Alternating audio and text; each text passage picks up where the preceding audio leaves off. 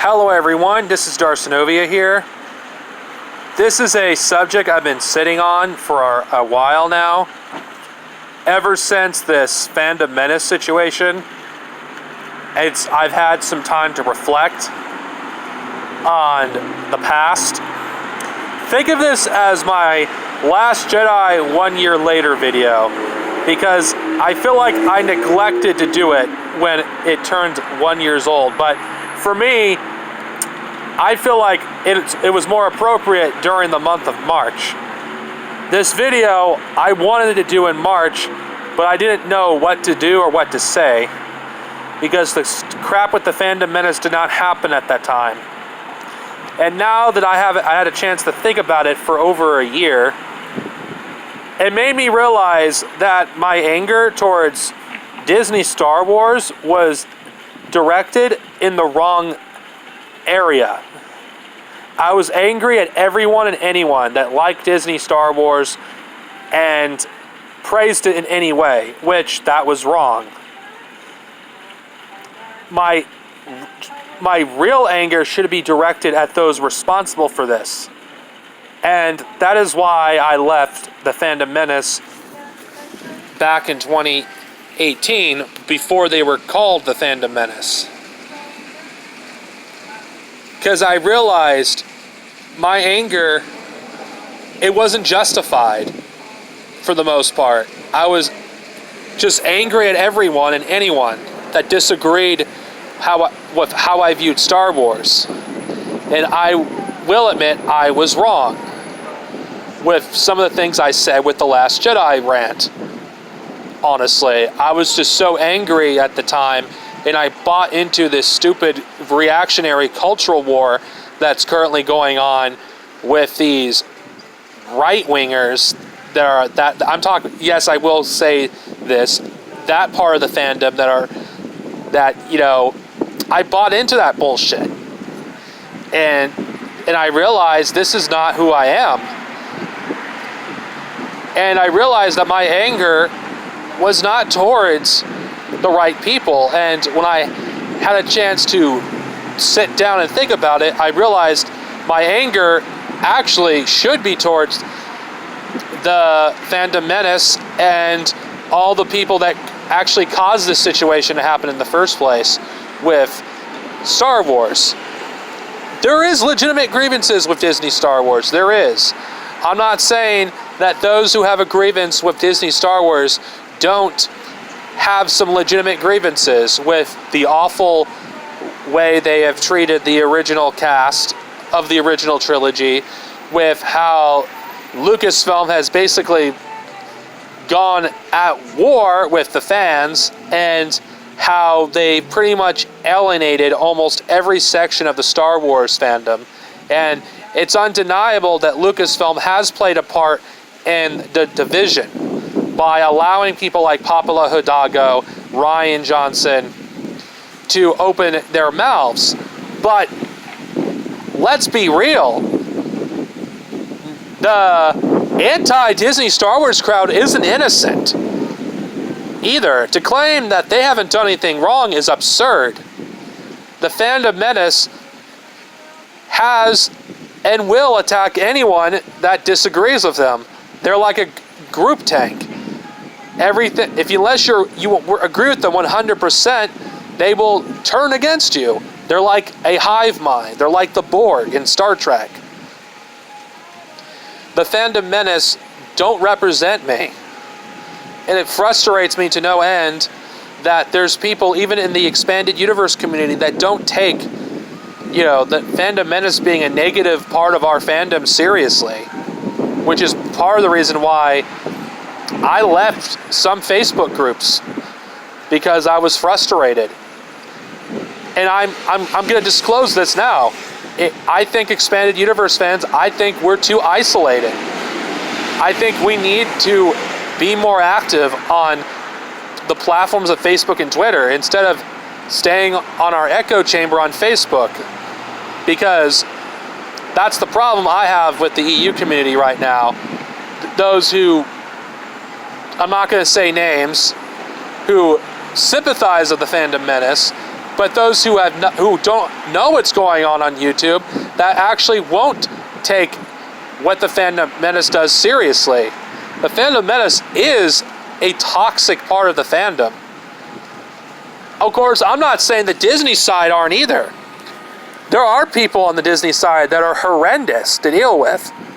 That they could be assholes too, just as much as the Phantom Menace. The problem I do have with the Phantom Menace is their anger is directed towards everyone and anyone that disagrees with them. I was the exact same way. Now, I'm not saying that they don't have some legitimate grievances. They do. Some of it is legitimate. But majority of the Phantom Menace, it's not about Star Wars. It's ideologically driven at this point. Just like Comicsgate and Gamergate. It isn't about Star Wars. It's about identity politics. It's about these people trying to get what they perceive as politics out of movies, when that this is a different topic altogether for a video. That art is political, and if you don't want politics in art, then you might as well just stare at a wall all day, because there's not a single form of art that isn't political. But I'm not gonna get too much into that, because that could be its own video altogether. I'll probably do it with another person, maybe B-level. Well, we can actually talk about art, how apolitical art doesn't exist. In order to save Star Wars, we have to focus on what's truly important and what is the problem and the root of the problem.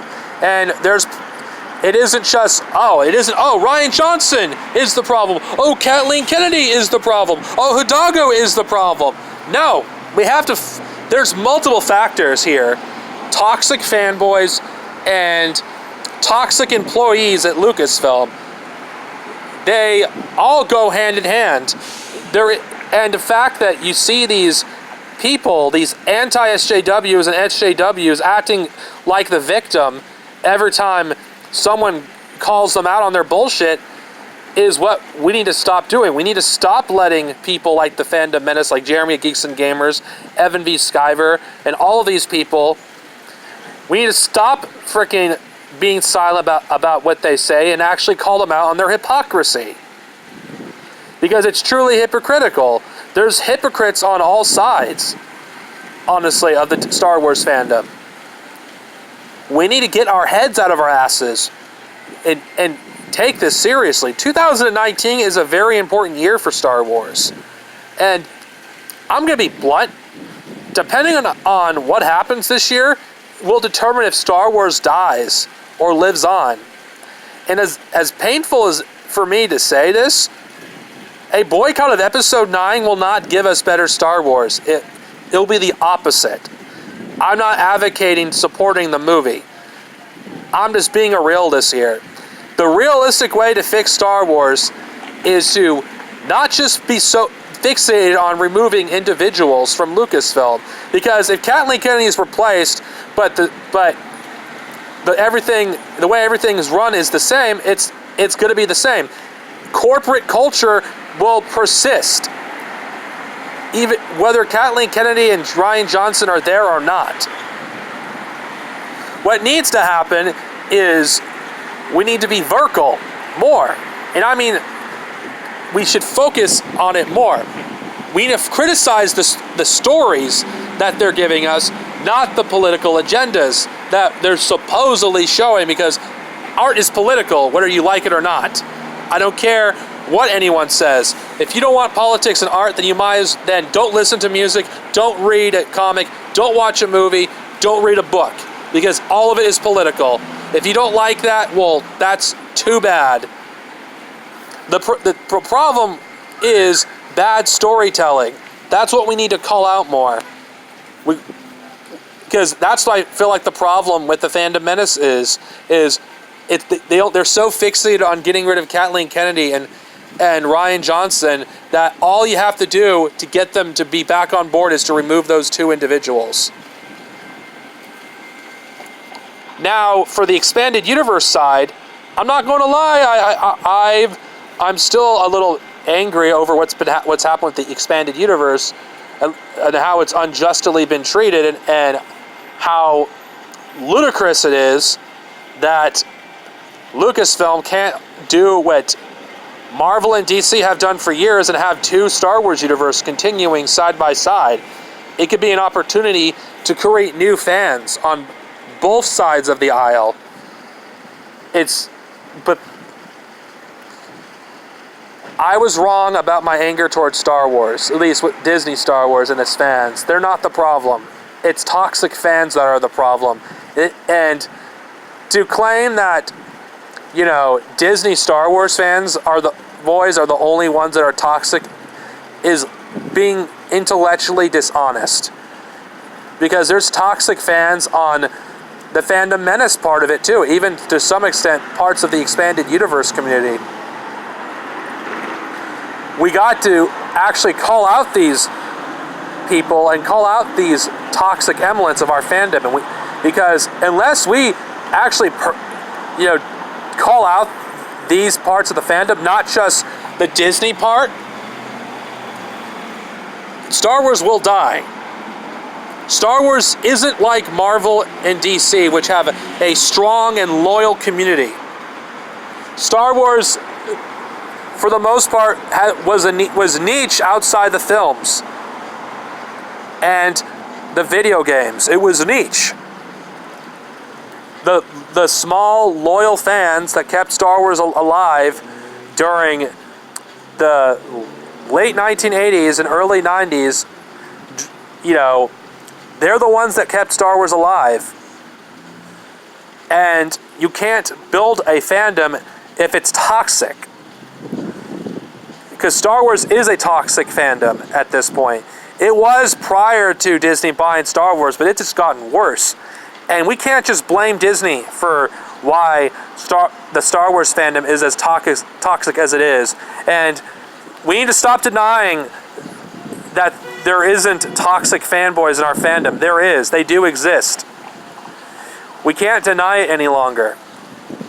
If you look at the fandom menace and look at the Disney shills and or fanboys, I'm going to use fanboys, not shills, the fanboys, they both contribute to how toxic the Star Wars fandom is. And that's the issue I have with the fandom menace. It's a one-sided viewpoint on the fandom. They don't actually acknowledge their part in making this fandom toxic. And that's all I have to say. I said what I need to say. I'm glad I got it out there. May the Force be with us all. And please, everyone, support Marvel 108 when it comes out, so we could show that asshole Van V. Sciver and world-class bullshitters and all those fandom menace pieces of shit that expanded universe fans mean business, and we want Star Wars to be enjoyable again. Later.